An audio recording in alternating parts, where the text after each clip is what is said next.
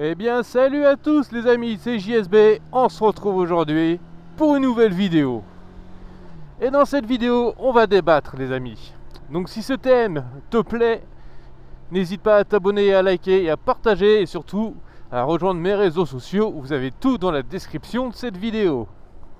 Donc le thème de cette vidéo aujourd'hui les amis, ça va être un peu le jeu des 7 différences entre une moto chinoise et une moto japonaise sur le secteur, je rappelle, des 125. Pour ceux qui sont abonnés depuis un moment à ma chaîne, vous savez que j'ai eu un peu de tout. J'ai eu du KTM, j'ai eu du Yamaha, j'ai eu du Zontes justement, donc de la moto chinoise. Et je vais vous faire un petit retour utilisateur, justement, entre ces marques. Entre moto chinoise, moto japonaise. Est-ce qu'il y a une réelle différence ? Ou est-ce qu'on est plus sur du bullshit marketing et qui tire les prix vers le très haut, notamment pour les motos japonaises. Et allez, c'est parti. Bon, pour commencer, j'entends souvent dire que la fiabilité des motos chinoises, c'est toujours pas ça, que c'est pas fiable dans le temps, etc. Et que les motos japonaises sont beaucoup plus fiables. Bon, alors pour ceux qui pensent encore ça aujourd'hui en 2026, je crois que vous n'avez pas trop suivi l'actualité moto, et là ça touche toutes les cylindrées. On en parle des gros problèmes de KTM. Bon, on va pas épiloguer là-dessus 107 ans. Et pour ceux qui sont un minimum renseignés, vous savez de quoi je parle. Et pourtant KTM c'est pas chinois. Et est-ce que dans le même temps, est-ce que vous avez déjà entendu le même genre de gros problème, par exemple sur des Zontes ? Non. C'est pour ça qu'aujourd'hui, le combat entre moto chinoise et moto japonaise, sur plein de points, il n'a plus lieu d'être. Parce que de toute façon, peu importe si ce soit une moto chinoise ou une moto japonaise, des pannes, ça peut arriver à n'importe qui et sur n'importe quelle moto. Et d'ailleurs, en parlant de fiabilité, pour savoir si une moto est vraiment fiable sur le temps, etc., faut déjà que ce soit une moto qui roule. Parce que c'est bien beau de dire, moi j'ai une Honda qui a 20 ans, et j'ai jamais eu de panne, c'est sûr que si ta moto a 20 ans et que tu as fait que 10 000 km, c'est sûr que tu risques pas d'avoir de panne. Vous voyez un peu ce que je veux dire ?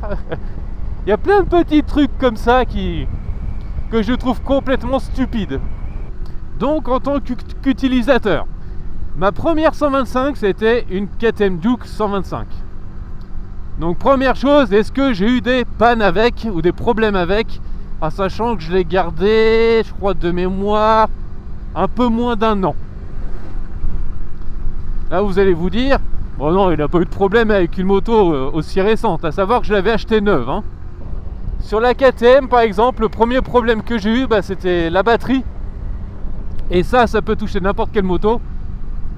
C'est ça, que ce soit chinois ou japonais, de toute façon les batteries sont tellement fragiles que ça peut tomber sur n'importe qui. C'est qu'en gros, je suis tombé sur une batterie défectueuse alors que la moto était neuve. Bon voilà. Ça, je vais pas jeter la pierre aux motos japonaises.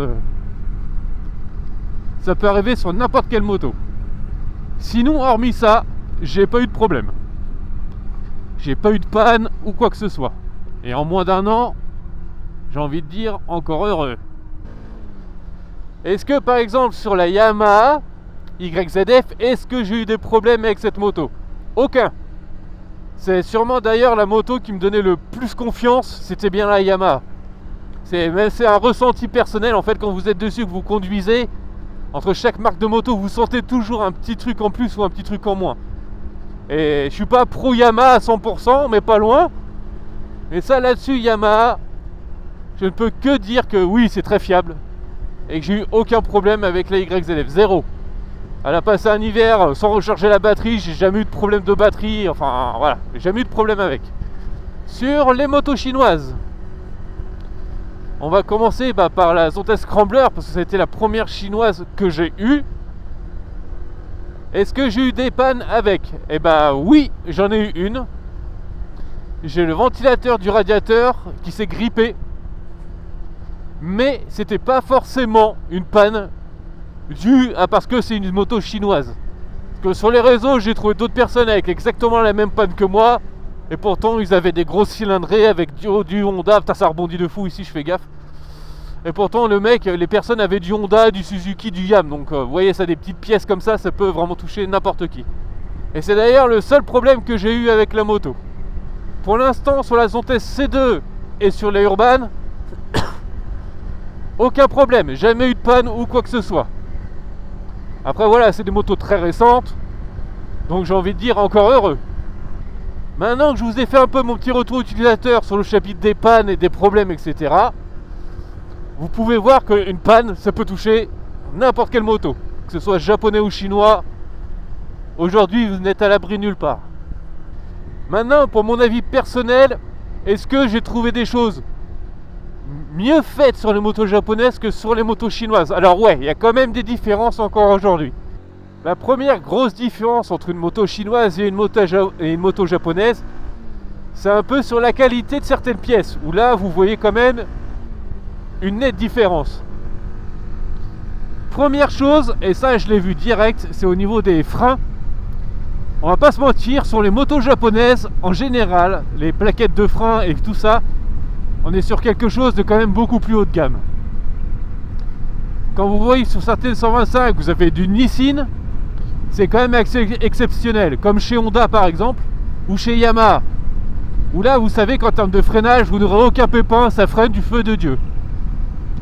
Alors que sur les motos chinoises, on est plus souvent sur une marque propriétaire à la marque, comme sur les Zontes 125, vous n'allez jamais avoir du Nissin dessus. C'est vraiment des plaquettes made in Zontes en gros. Et là oui, vous ressentez quand même une nette différence, ça freine quand même moins bien. Donc oui, sur certains points, aujourd'hui les motos japonaises ont quand même des pièces de meilleure qualité que les chinoises. Mais il y en a vraiment très peu. Et c'est là qu'est toute la différence. C'est pourquoi aujourd'hui une 125 japonaise va coûter 2 ou 3 000 euros de plus qu'une moto chinoise récente. Et ça là-dessus, en fait, les Japonais, ils ont compris un truc, c'est qu'ils jouent sur leur réputation et ils jouent aussi à vous mettre des pièces un peu surdimensionnées sur leur 125. Et c'est pour ça d'ailleurs que ces motos coûtent très cher. Parce qu'ils vous mettent vraiment des pièces, je trouve pour ma part, beaucoup trop haut de gamme, entre guillemets, beaucoup trop superflu pour de la 125. Je vais m'expliquer.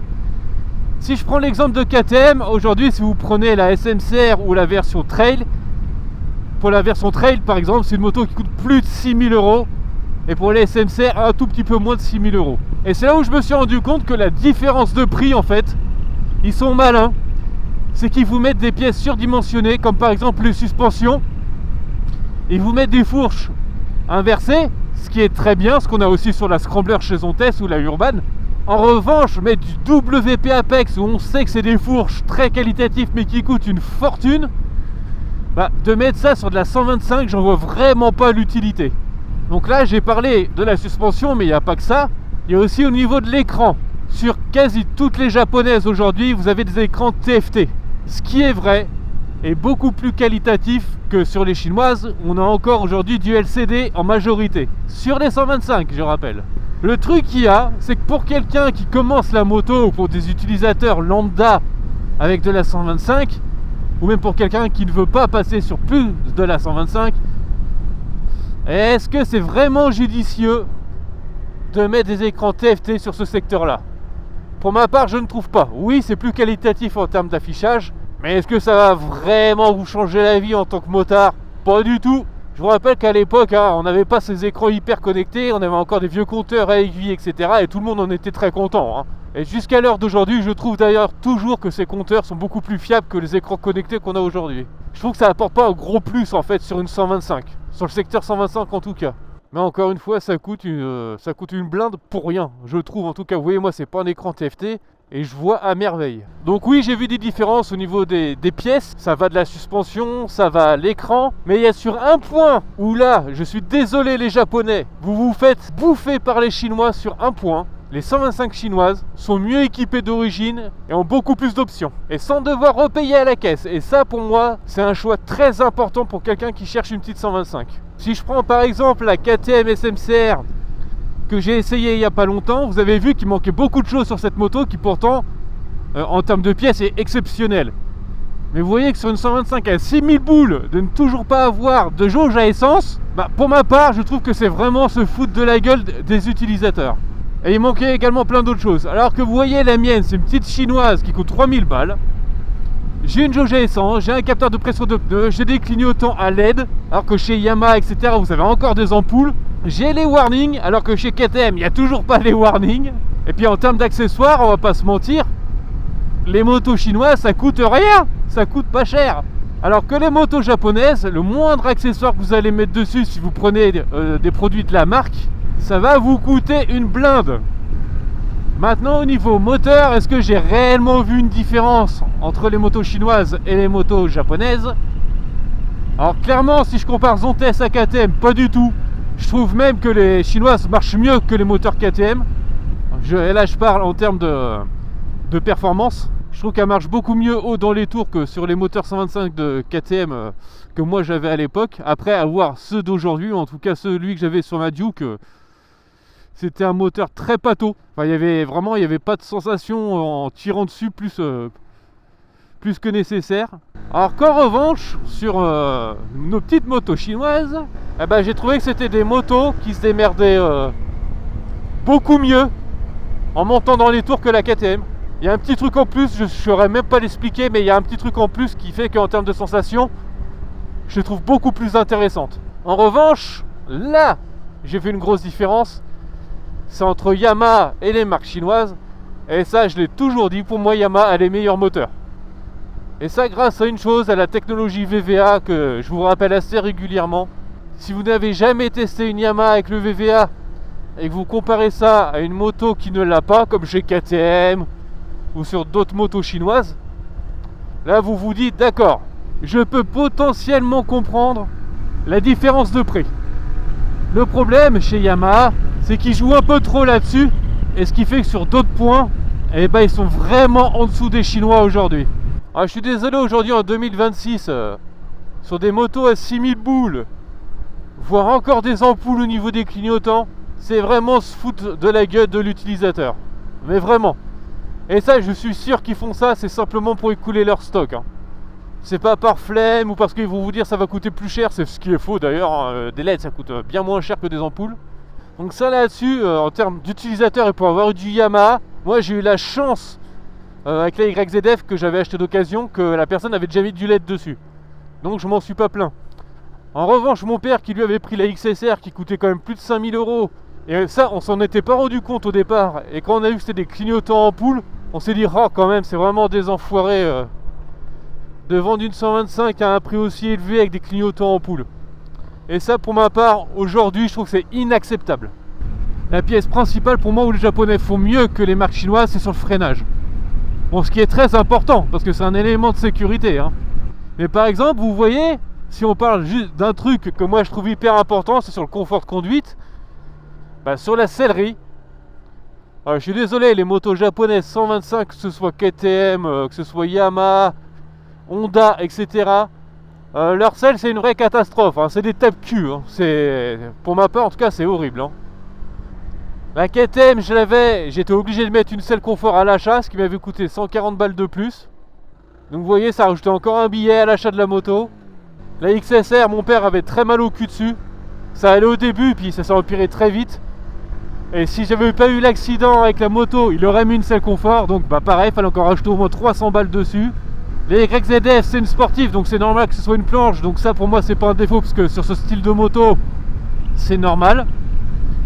Mais vous voyez, après la Scrambler, la selle ultra confortable, la Urban ultra confortable, et la C2 ultra confortable. Et on est sur du chinois. Et voilà, je suis désolé, moi le confort en moto, c'est un point essentiel. Et là-dessus les Chinois font largement mieux que les Japonais. Donc encore une fois, pour un prix inférieur, les motos chinoises sur ce point font mieux que les Japonais. Donc pour conclure cette vidéo les amis, avec un retour d'un utilisateur qui a eu du japonais et qui a du chinois aujourd'hui, est-ce que les motos japonaises aujourd'hui sont vraiment plus fiables et mieux que les motos chinoises? Alors en termes de fiabilité, pour ma part pour le moment non, les deux se valent. J'ai pas eu plus de problèmes sur les japonais que sur les motos chinoises, et ça reste mon avis à moi. Sur les accessoires, est-ce que les japonais font mieux que les chinois? Sur certaines pièces oui, mais sur d'autres je trouve personnellement qu'ils se foutent de la gueule des gens. Et pour un consommateur, c'est très important. Donc ce point de vue là, je suis désolé, mais les Chinois pour moi font mieux. Au niveau du prix, on n'en parlera même pas, les Chinois défoncent les Japonais. Donc pour moi là-dessus, les Chinois battent à plat de couture Yamaha, KTM, Honda, etc. A few moments later. Donc n'hésitez pas à me faire un retour dans les commentaires sur votre avis entre moto chinoise et moto japonaise sur le secteur des 125. Mais pour moi aujourd'hui, les Japonais ne sont plus leaders sur ce marché. Donc voilà, c'est la fin de cette petite vidéo les amis. N'hésitez pas à me faire un retour dans les commentaires, à liker et à vous abonner. C'était JSB et on se retrouve bientôt pour d'autres aventures. Allez, portez-vous bien et à très vite les amis.